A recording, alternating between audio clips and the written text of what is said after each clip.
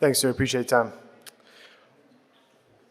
So my name is Dave McGee. I'm here with Captain Whalen. In my real job, I'm a computer scientist for Los Alamos National Lab. In my Marine Corps Reserve job, we have founded a section called the Marine Coders. This is a quick introduction to who we are and where we're from. So we've got the Marine Force Reserve. We fall underneath the Force Headquarters group. There's this unit called the Marine Innovation Unit. We represent about 10% of the Marine Innovation Unit. So it's about 350 packs total. We're really proud of just publishing in March the Marine Coders Pub 1. So that's really cool. We got that across the board, got that pushed out. But the idea is trying to show how we can do software development in the Marine Corps.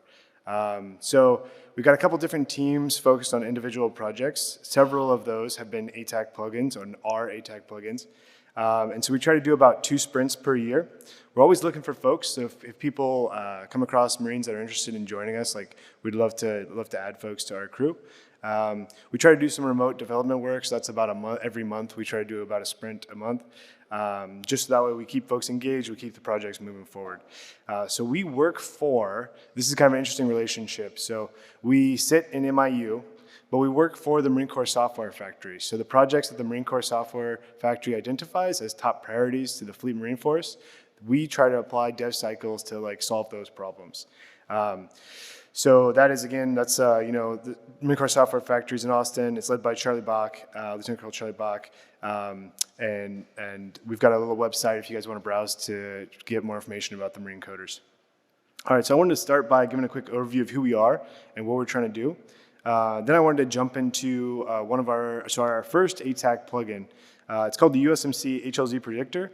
And I just wanted to give you a quick overview of what we've been trying to do there. So we got this plugin.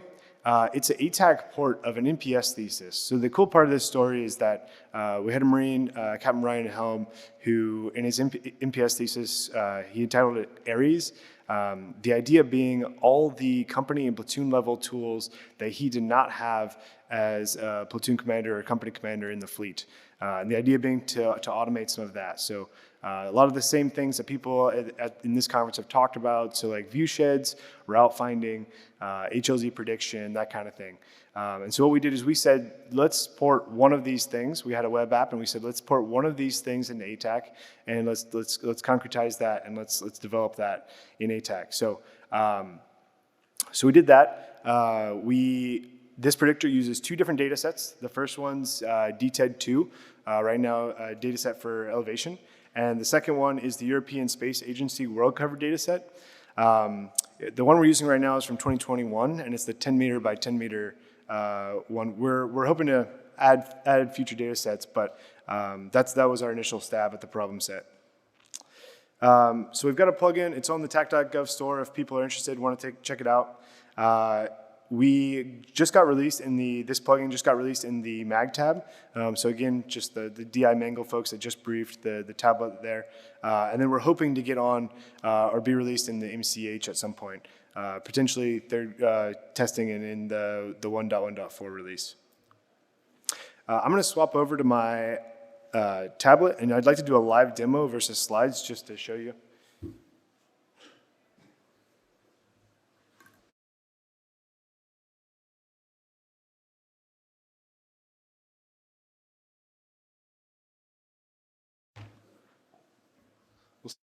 Works. I don't know. We'll see.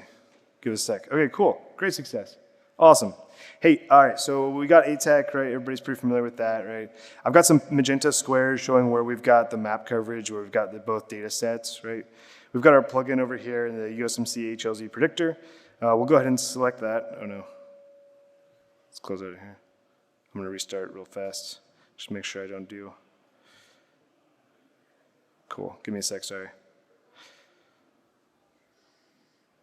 Dangers of live demos. Awesome. Cool. We're going to let it load for a sec. All right, so I'm just zooming in the Yuma, apologies for the mic, zooming in the Yuma area. And so we're going to grab our HLZ predictor.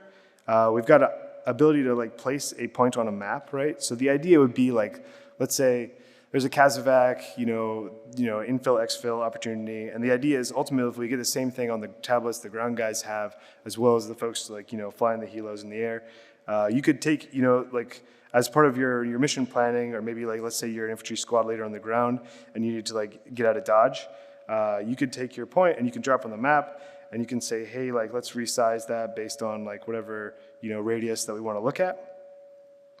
You can pick your airframe. So in this, we brought up the Mangle folks brought up 53, so let's just do that. You can pick your flight considerations, right? So day, night, restricted visibility if it applies. And then we can generate a plot.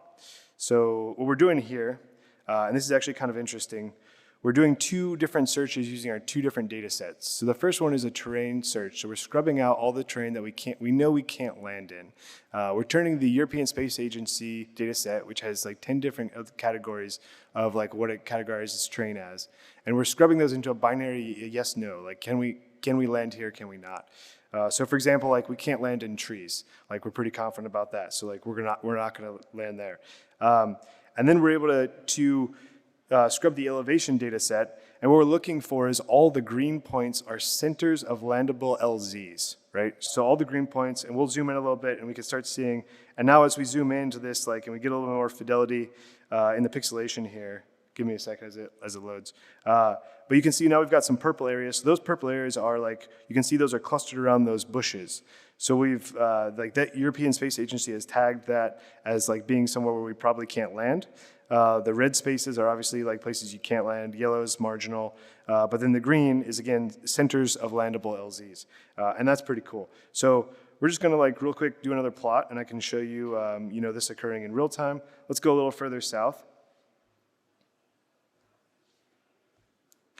And so this is kind of a cool, so the algorithm that we're using, so for the European Space Agency stuff, we're doing an iteration over every square, every subtile in our area of interest that we looked at. But for the elevation stuff, we're using a convolutions algorithm that one of our guys, Kevin and worked with with the NGA at one point. And anyway, it's pretty cool. You can tell it's really fast on a tablet. And so that was what we were trying to do is optimize this so that try to reduce iteration and get a better, faster prediction on a end user device. Cool. So you can see the same stuff, right? We've got we've got this option. There's not a lot of urban terrain here. We've got the urban stuff showing up as gray, but I don't have a great, this is not great plots for that. So we've got an ability to manage those zones. So let's say, for example, you wanted to toggle those off. You wanted to edit those, rename those, whatever you want to do to those, right? Cancel those, hide those, etc. Right? You can do that. So delete them. Yeah. Okay. Cool. Great success. All right. So we've got that opportunity. Then we've got a little feedback form. Most of our devices don't get connected to networks, so we can never really get feedback. But this was our initial attempt at trying to get some feedback. Cool. And then just a basic couple options to help display boundaries, etc. So that's the plugin. That's what it does. Let me slip back to the slides.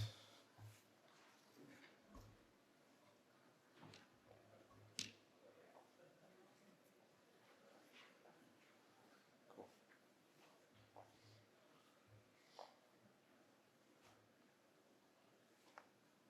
Let's see if that.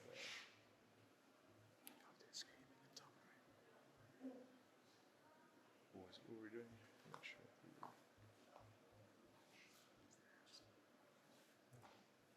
Oh, it's no. What are you looking for? Really? Yeah, you're right. Yep. Choose content. Great call. Thanks. Entire screen. Start mirroring. Cool. Sorry about that. I'm in my screen mirroring awesomeness here. Great success. Okay. So what I wanted to show is future work, right? So what are we trying to also continue to work on this plugin? So the first things, we want to do additional data sets. So DTED5, we're going to look at Tandem X, and then the ESA World Cover 1 meter.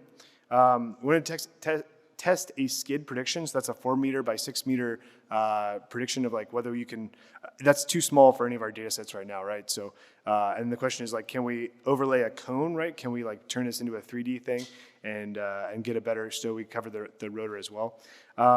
We wanted to separate our elevation and our terrain predictions into two separate predictions, so you could toggle one off, toggle one on. So say, for example, like one data set's a little out of date, or you get like real fast, like better elevation data, you know, you can kind of like make that happen better.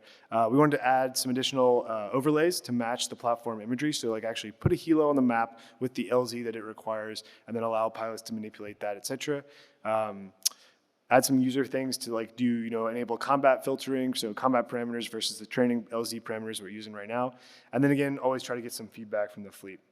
All right, sweet. So that got me through this. I'm going to turn this over to Captain Whalen to cover the flight mode plugin that he's working on. All right, thank you, sir. So one of the other applications that we're working on is this flight mode. So what we're working on here is obviously we have the MagTab program that's running ATAK across the Marine Corps, and well, ATAK has a number of built-in features that would be useful for pilots. What we found is they're not always useful in flight. So the idea behind the ATAK plugin is to help pilots with the UI during flight to make it a little bit more user-friendly. So to be announced on when the TAK plugin comes out. This is still a little bit under development, but we are targeting the summer 25 release for testing in WTI this fall. So I will also switch to a demo here.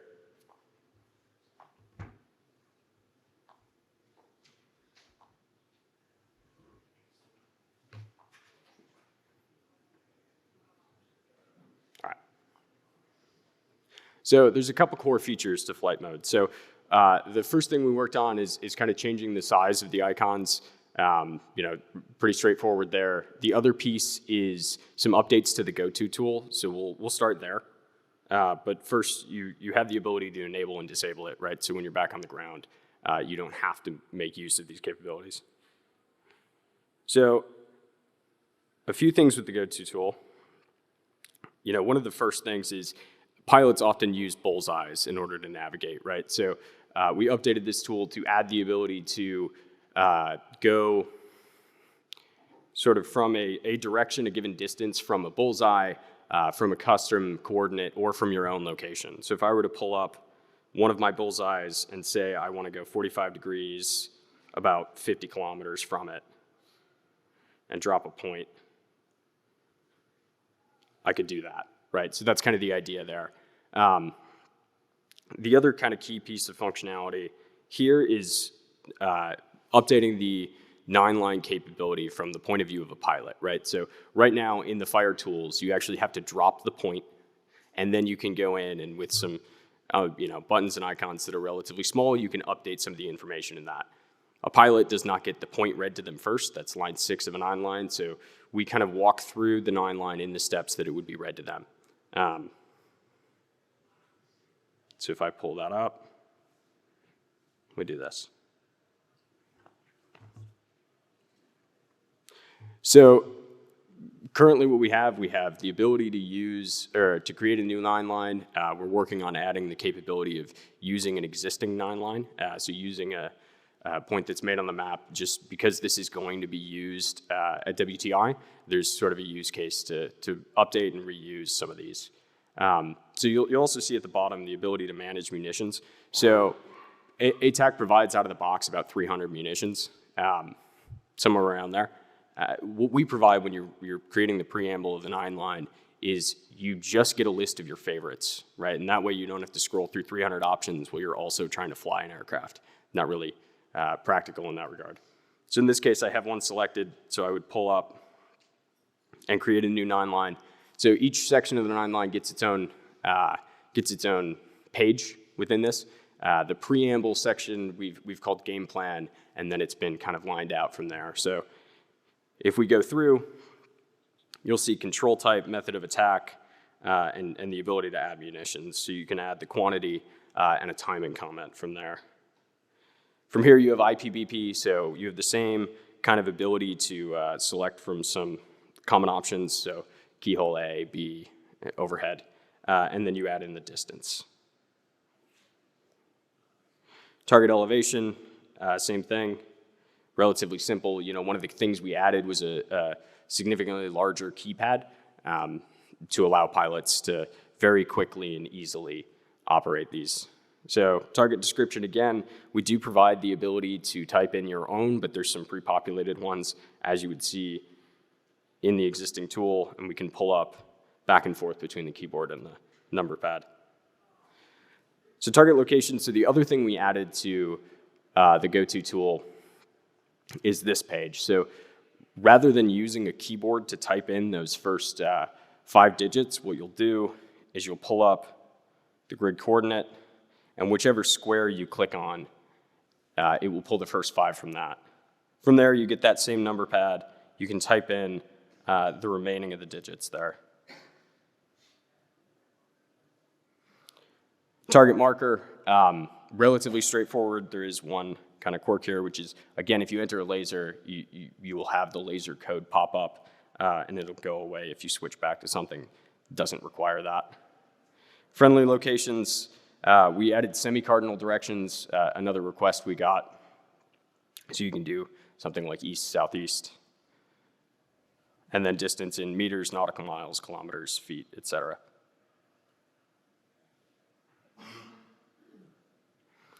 Egress, this is kind of the final line here before we get to the remarks restrictions.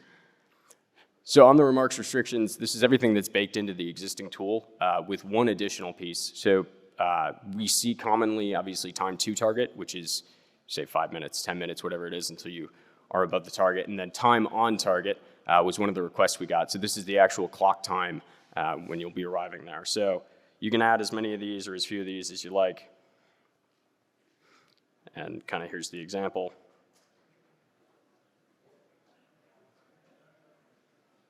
And then you get the read back. So as a pilot has read a 9-line over the radio, you'll see the highlighted sections. That's what they're going to actually read back. And so we've highlighted them for kind of easy use here, but provided all the information in case you want to verify. So that's the 9-line tool. I'll switch back over to the slides here.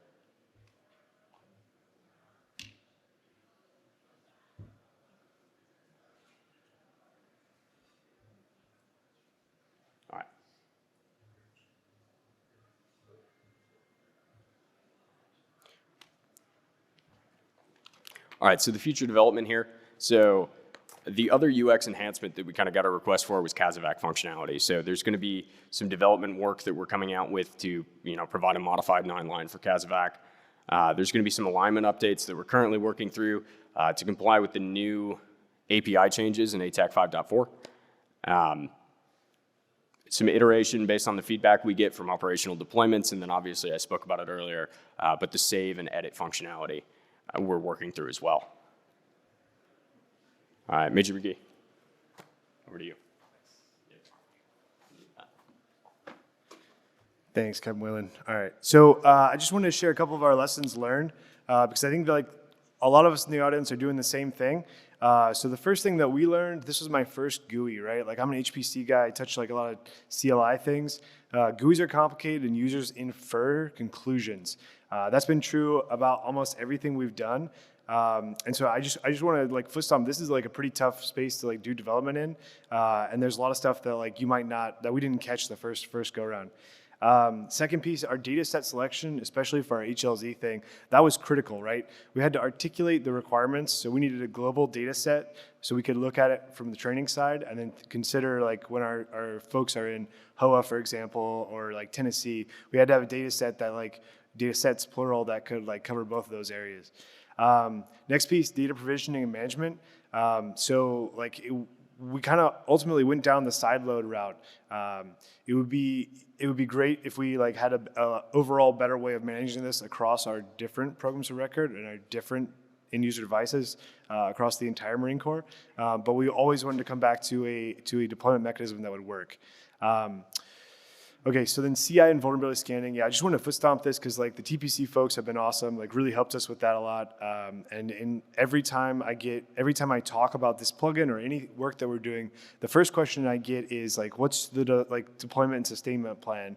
But the second question I get is like, what's the security? And so having the Fortify scans through that pipeline have really enabled us to like say, hey, this is past a bar or a threshold of cybersecurity compliance. Next piece, differentiating personal preferences from requirements. So this has like always been a thing for us. Like, you know, you get somebody tells you a piece of feedback and trying to understand how that translates into a community where maybe you haven't spent that much time or you don't have that much experience. It can be a little bit tough to like boil those or understand what like a preference versus a requirement. Next piece is the program office integration can be wildly different. And so this dovetails into my next slide. So really wanted to say, just like take this time to say that we really appreciate the support from a whole lot of folks. So the tactics folks that briefed yesterday, Captain Moore and Jim White, like we've chatted a lot. Really appreciate those guys. Crans, Charlie Bembo has been like just absolutely fantastic. And that's an example of one of those integrators who, you know, like said, hey, like your plugin sucks, like you can do better, and it really helped a lot. NRL, Casper Beach and Parsons, those folks helped. McTissa, Rick Bobst. We've got a couple, two folks, Captain Beal and Captain Keogh. They've come and done dev time on this project, and we really appreciate that support and help. The TAC Product Center, everybody from the ops folks, the ATAK folks, like we went to those guys for training. And then finally, at NPS and then now MNRA, Captain Ryan Helm with his original idea for the HLZ application. So just a big shout out. Thanks for the folks in the room. Thanks for the community. And thanks for everybody like, you know, working together to put rounds on target. Thanks.